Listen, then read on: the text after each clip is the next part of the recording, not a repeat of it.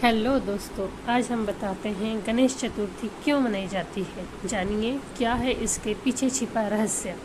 आज मैं आपको एक ऐसी कहानी सुनाने जा रहे हैं, एक ऐसी गाथा जो हजारों वर्षों से हमारे दिलों में बसी, जिसकी गूंज आज भी हर हिंदू घर में गणपति बप्पा मोरिया के जयकारों में सुनाई देती है। यह केवल एक त्योहार की कहानी नहीं है, यह प्रेम की गाथा है, त्याग की कहानी है और सबसे बढ़कर यह विश्वास की अमर गाथा है।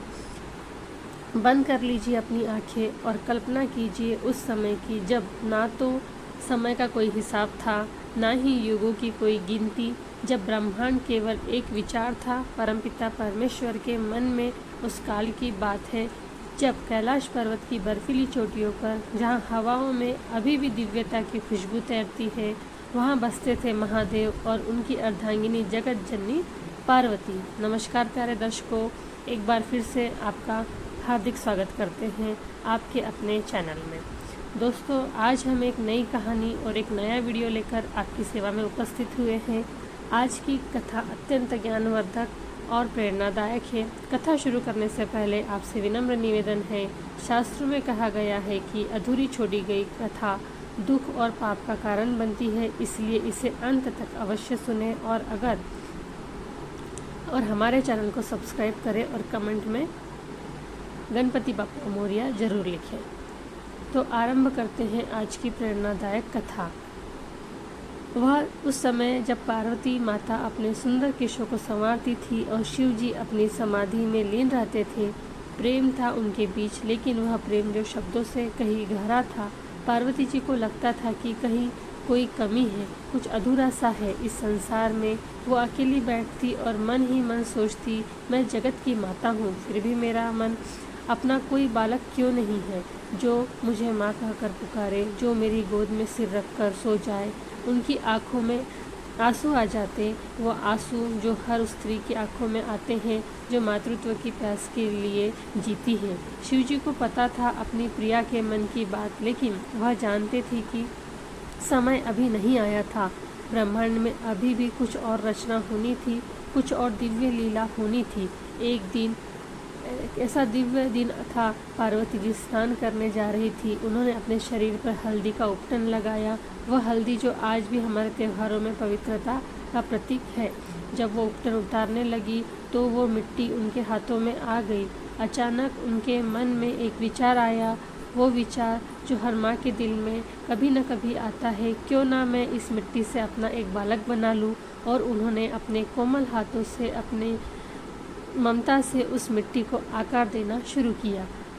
कैसे वो मूर्ति बनती गई, पहले सिर, फिर धड़, फिर हाथ पैर। पार्वती जी के चेहरे पर वो मुस्कान थी जो हर कलाकार के चेहरे पर होती है जब वो अपनी कृति को पूरा करने वाले होते हैं। लेकिन यह कोई साधारण कलाकृति नहीं थी, यह एक माँ का प्रेम था जो रूप ले रहा था। लेकिन पार्वती जी के मन में संदेह आया, यह तो केवल मिट्टी है, इसमें प्राण कैसे आएंगे। और तब हुआ चमत्कार जिसे देखने के लिए तरस जाते हैं ऋषि मुनि।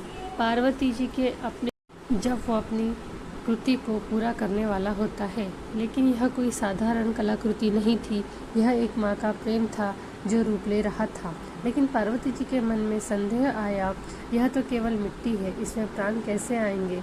और तब हुआ चमत्कार जिसे देखने के लिए तरसते हैं ऋषि मुनि। माता पार्वती जी ने अपनी दिव्य शक्ति से उस मूर्ति में प्राण फूंक दिए। वह कैसा दृश्य रहा होगा, वो जब उस मिट्टी के पुतले में सांस आई, जब उसकी आंखें खुली, जब वो उठा और माँ कहकर पार्वती जी के चरणों में गिर गया। पार्वती जी की खुशी का ठिकाना नहीं था। आखिरकार उन्हें मिल गया था जिसकी उन्हें तलाश थी, अपना बालक, अपना बेटा गणेश। पार्वती जी ने कहा, उनकी आवाज़ में अपार प्रेम था, तुम मेरे द्वार की रक्षा करना, जब तक मैं स्नान कर रही हूँ किसी को भी अंदर आने मत देना, किसी को भी नहीं। जी माँ, गणेश जी ने कहा, उनकी आवाज़ में दृढ़ता थी, मैं आपकी आज्ञा का पालन करूँगा। और वह जाकर द्वार पर खड़े हो गए अपनी माँ की रक्षा के लिए, अपनी माँ के आदेश का पालन करने के लिए। कुछ समय बाद आए वहाँ भगवान शिव जी। उनके माथे पर तिलक था, गले में रुद्राक्ष की माला और चेहरे पर गंभीरता जो सिर्फ महादेव के चेहरे पर ही हो सकती है। वो अपने घर आ रहे थे अपनी प्रिया पार्वती जी से मिलने। लेकिन द्वार पर खड़ा था एक बालक जिसे वो पहले कभी नहीं देखा था। कौन है तू? शिवजी ने पूछा। उनकी आवाज़ में आश्चर्य था लेकिन कोई क्रोध नहीं। मैं गणेश हूँ, बालक ने गर्व से कहा। माता पार्वती का पुत्र, और मैं आपको अंदर नहीं जाने दूंगा। माँ ने मना किया है। शिवजी मुस्कुराए। बेटा, मैं इस घर का स्वामी हूँ, पार्वती मेरी पत्नी है, मुझे अंदर जाने दो। गणेश नहीं माने और दृढ़ता से कहा, माँ ने कहा है कि किसी को भी अंदर नहीं आने देना है और मैं अपनी माँ की बात का सम्मान करूँगा। अब यहाँ था वो मोड़ जहाँ दो धर्म आमने सामने खड़े हो गए। एक तरफ थे गणेश का धर्म, अपनी माँ की आज्ञा का पालन, और दूसरी तरफ था शिव का धर्म, अपने घर में प्रवेश का अधिकार। दोनों सही थे अपनी जगह। गणेश सही था क्योंकि वह अपनी माँ की बात मान रहा था। शिव सही थे क्योंकि वे अपने ही घर में जा रहे थे। यही तो है जीवन का सबसे बड़ा धर्म संकट, जब दो सही चीज़ें आपस में टकराती है। अंतिम बार कह रहा हूँ, शिवजी ने कहा। अब उनकी आवाज़ में गंभीरता आ गई थी। मुझे जाने दो। गणेश जी ने अपना गधा उठाया, और जब तक माँ नहीं कहती तब तक आप यहाँ नहीं जा सकते। और फिर हुआ वह जो नहीं होना चाहिए था, पिता और पुत्र के बीच युद्ध। लेकिन यह कोई साधारण युद्ध नहीं था, यह धर्म और धर्म का युद्ध था, कर्तव्य और कर्तव्य का संघर्ष था। गणेश लड़े, वीरता से उन्होंने शिव जी के गणों को हराया, उन्होंने इंद्र को हराया, यहाँ तक कि ब्रह्मा जी को भी परास्त कर दिया। वह लड़ रहे थे अपनी माँ के आदेश के लिए, लेकिन सामने था स्वयं महाकाल महादेव। अतः शिवजी ने अपना त्रिशूल निकाला। क्षमा करो पुत्र, वो बोले, और उनकी आवाज़ में दर्द था। लेकिन तुम मुझे मजबूर कर रहे हो। और एक ही वार में, एक ही क्षण में गणेश जी का सिर कट गया। वो सिर जिसे पार्वती जी ने इतने प्रेम से बनाया था, वो सिर जिसमें एक माँ का पूरा प्यार था, वो धरती पर लुढ़क गया। उसी समय पार्वती जी का स्नान पूरा हुआ। वे बाहर आए और अपना प्रिय पुत्र गणेश का सिर कटी अवस्था में देखा। उनके मुंह से चीख निकली, वो चीख जो आज भी कैलाश की गुफाओं में गूंजती है। वे रो पड़ी। क्या किया तुमने? यह मेरा पुत्र था, मेरा प्रिय पुत्र गणेश। शिवजी स्तब्ध रह गए। तुम्हारा पुत्र? लेकिन यह कैसे हो सकता है पार्वती? हमारा तो कोई पुत्र नहीं है। पार्वती रोते हुए बोली, था मेरा बेटा, मैंने इसे अपने हाथों से बनाया था, अपने प्रेम से जलाया था, और तुमने इसे मार दिया। शिवजी के चेहरे पर जो भाव आए वो वर्णन से परे। पहले आश्चर्य, फिर समझ, और अंत में गहरा पछतावा। उन्होंने अपने ही पुत्र को मार दिया था। अपनी अज्ञानता में, अपने अहंकार में उन्होंने यह किया था जिसकी कभी माफ़ी नहीं हो सकती। पार्वती बोली, उनकी आवाज़ काँप रही थी, मुझे माफ़ कर दो, मुझे नहीं पता था कि यह हमारा पुत्र है, मैं इसे वापस जिंदा कर दूंगा। पार्वती जी का दर्द फूट पड़ा। कैसे? उसका सिर तो कट गया है, मैं कोई ना कोई उपाय करूँगा। शिवजी ने कहा, मैं गरुड़ को भेजूँगा, वे जाकर किसी का सिर ले आएंगे। लेकिन कैसे सिर? पार्वती जी ने पूछा। ऐसी माँ का सिर जो अपने बच्चे से मुंह फेर कर सोई हो, क्योंकि तभी हम बिना पाप के किसी निर्दोष का सिर ले सकते हैं। गरुड़ जी उड़े। वे उड़े पूरे ब्रह्मांड में, वन से वन, पर्वत से पर्वत, नगर से नगर, लेकिन कहीं भी उन्हें ऐसी माँ नहीं मिली जो अपने बच्चे से मुंह फेर कर सोई हो। हर माँ अपने बच्चे की तरफ मुंह करके सोती थी, चाहे वो इंसान हो या पशु पक्षी। यही तो है मातृत्व की महानता। एक माँ कभी अपने बच्चे से मुंह नहीं फेरती, उसकी आंख हमेशा अपने बच्चों पर रहती है, चाहे वो जाग रही हो या सो रही हो। अतः गरुड़ जी को एक हथिनी दिखाई दी जो बच्चे से मुंह फेर कर सोई थी। गरुड़ जी ने उस हाथी से के बच्चे का सिर काटा और ले आए। यही मिला। गरुड़ जी ने कहा, पूरे ब्रह्मांड में कोई माँ अपने बच्चे से मुंह फेर कर नहीं सो रही है।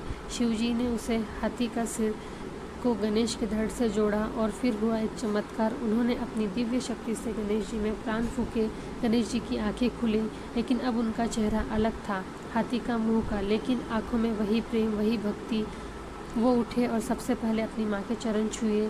माँ बोले, आपका गणेश वापस आ गया। पार्वती जी की खुशी का ठिकाना नहीं रहा। वो अपने बेटे को गले लगाकर रो पड़ी। बेटे, तुम वापस आ गए, लेकिन तुम्हारा चेहरा, चिंता मत करो माँ। गणेश जी मुस्कुराए, मैं वही हूँ, आपका प्रिय गणेश, बस अब मैं और भी खूबसूरत हो गया हूँ। हाथी की सूंड वाले को कोई क्यों ना चाहेगा। शिव जी आगे आए। वो अभी भी अपराध बोल भरे पुत्र, वो बोले, मुझसे गलती हो गई, मैं तुम्हें सभी देवताओं से पहले पूजे जाने का वरदान देता हूँ। आज से तुम विघ्नहर्ता कहलाओगे। हर शुभ काम से पहले तुम्हारी पूजा होगी और मैं तुम्हें गणपति की उपाधि देता हूँ। शिवजी ने आगे कहा, तुम मेरे सभी गणों के स्वामी होंगे। पार्वती जी भी बोली, बेटा तुम एक दंत कहलाओगे, लंबोदर कहलाओगे, गजानन कहलाओगे और जो भी तुम्हारी सच्चे मन से पूजा करेगा उसकी सभी मनोकामनाएं पूरी होगी। लेकिन ब्रह्मा जी ने कहा, जो अब तक दर्शक बने खड़े थे, इस घटना को सिर्फ एक दुर्घटना न समझा जाए, इसमें एक गहरा संदेश है। भाद्रपद मास की शुक्ल चतुर्थी के दिन गणेश जी का यह नया जन्म हुआ है, इसलिए यह दिन गणेश चतुर्थी के नाम से मनाया जाएगा। और इस दिन सरस्वती जी ने कहा, जो भी व्यक्ति गणेश जी की पूजा करेगा उसके सभी विघ्न दूर होंगे, उसकी बुद्धि का विकास होगा और उसे सफलता मिलेगी। एक बार शिवजी और पार्वती जी नर्मदा के किनारे बैठे थे। खुशी का माहौल था, प्रेम की बातें हो रही थी। क्यों ना कुछ खेल खेले, पार्वती जी ने कहा, चौपड़ खेलते हैं। ठीक है, शिवजी मुस्कुराए, लेकिन हार जीत का फैसला कौन करेगा। शिवजी ने तिनको से एक पुतला बनाया और उसमें प्राण फूके। बेटा, उन्होंने कहा, तुम हमारे खेल में निष्पक्ष निर्णय बताना। खेल शुरू हुआ। 3 बार खेला गया चौपर, तीनों बार पार्वती जी जीती। यह एक संयोग था, लेकिन जब बालक से पूछा गया उसने डर के मारे शिवजी को विजेता बताया। क्या पार्वती जी का गुस्सा 7वें आसमान पर पहुंच गया। तुमने झूठ कहा, मैं तीनों बार जीती हूँ। क्रोध में उन्होंने बालक को श्राप दे दिया, तू लंगड़ा हो जाए। कीचड़ में पड़ा रहा। बालक रोने लगा, माता मुझसे गलती हुई है, कृपया मुझे माफ़ कर दीजिए। गणेश को व्रत करो, 21 दिन तक लगातार